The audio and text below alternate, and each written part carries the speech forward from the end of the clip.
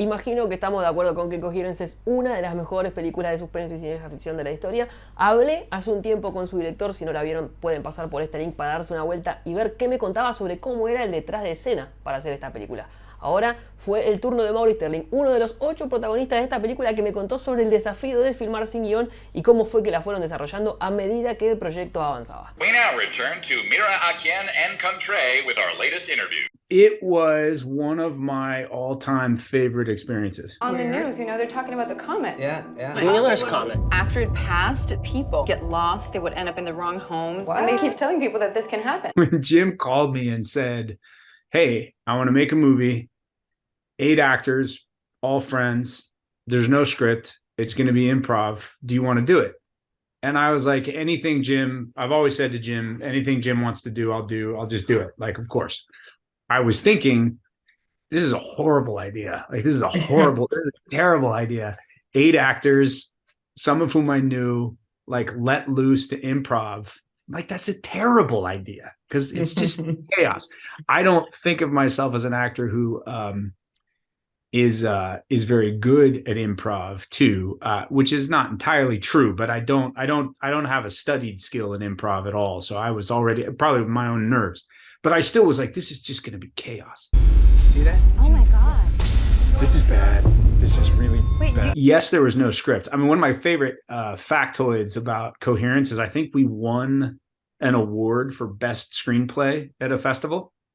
And here's why I think it was one of my favorite creative experiences, and what I always talk about when we sort of do interviews or screenings.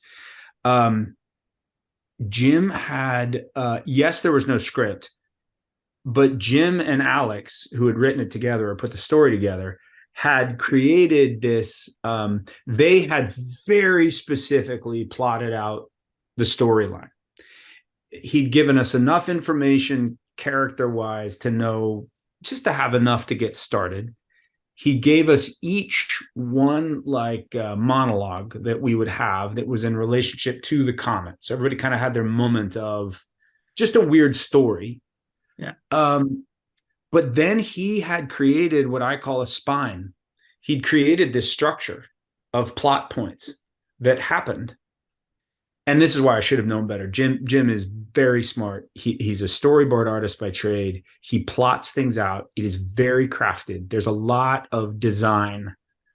But it's one of the reasons I love working with him, because when you get there, it's kind of chaotic, but you know it's standing on this really strong foundation. For us as the actors, long story short, was that one, we were really listening, because we didn't know what was going to happen. We actually didn't know what was going to happen.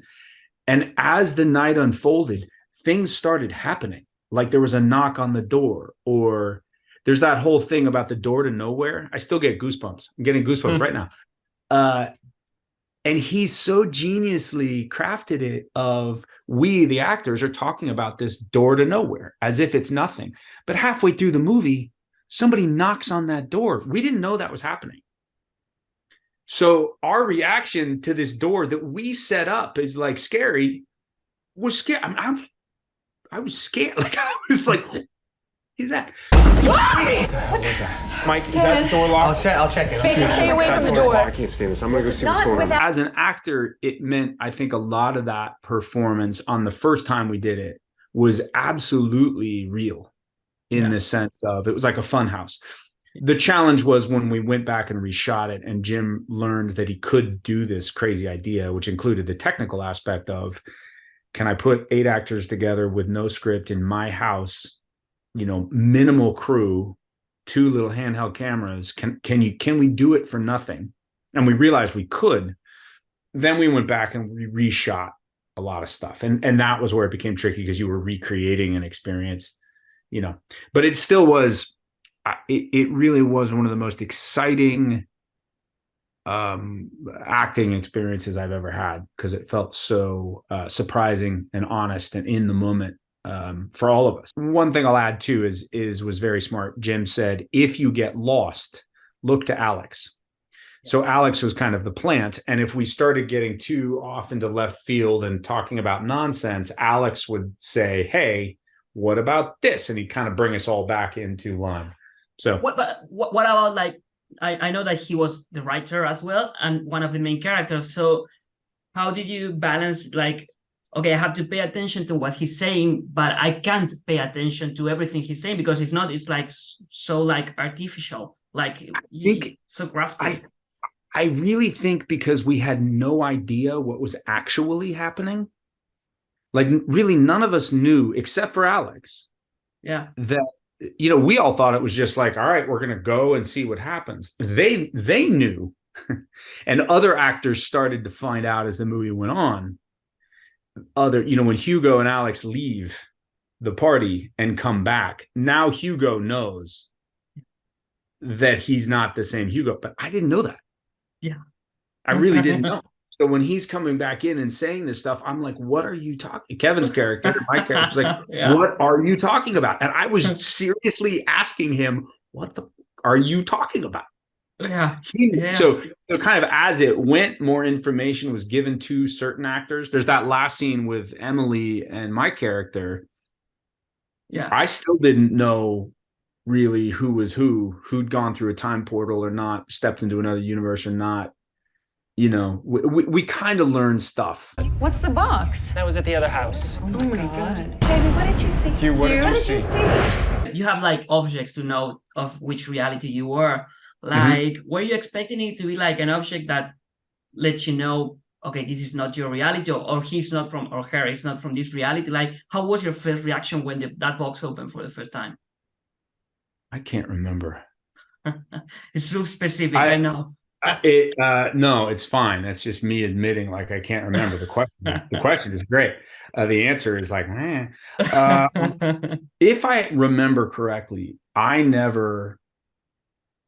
there's only one glimmer of maybe Kevin being a different Kevin, which I think is in the end scene with Emily's character. My character had been in it for a while before I realized, like, there was a separate reality. I think, if I've got this right, and I should call, like, text Jim right now so I don't sound like a total idiot, but it's fun if I sound like an idiot. You all can laugh at me.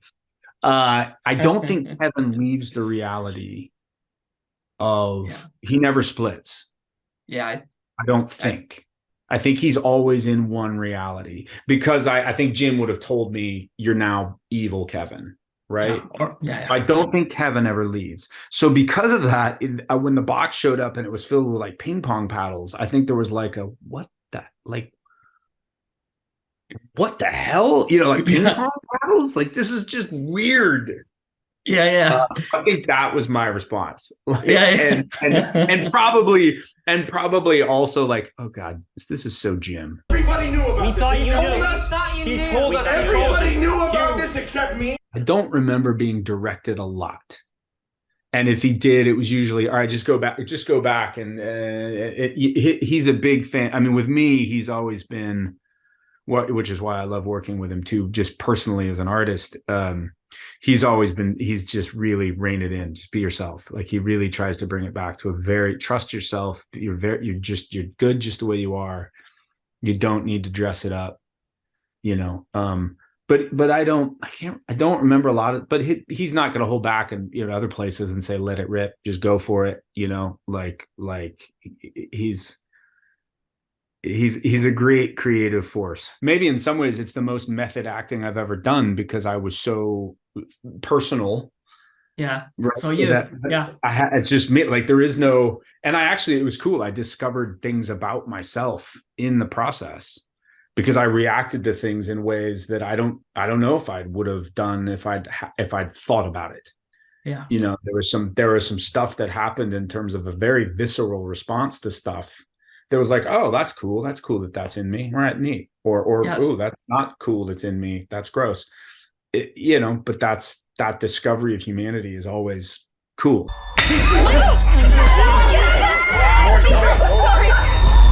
What do you think this homemade like element of the movie add to the story? Like, handheld camera, not so many crew members in the set. I think it helped create very much this cool. It's another reason I like working with Jim. I just worked on his most recent project called Shatterbelt, and for me, I find it very relaxing.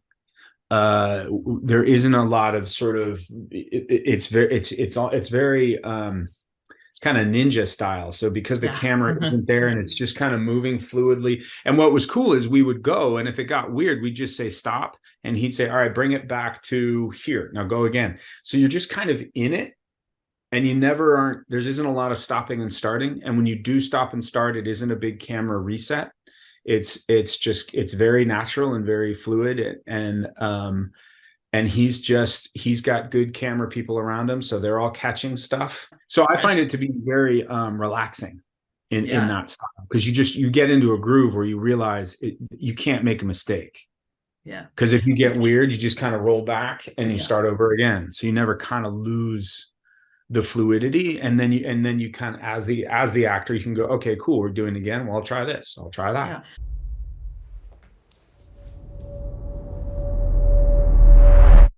When you say, I call it the little movie that could.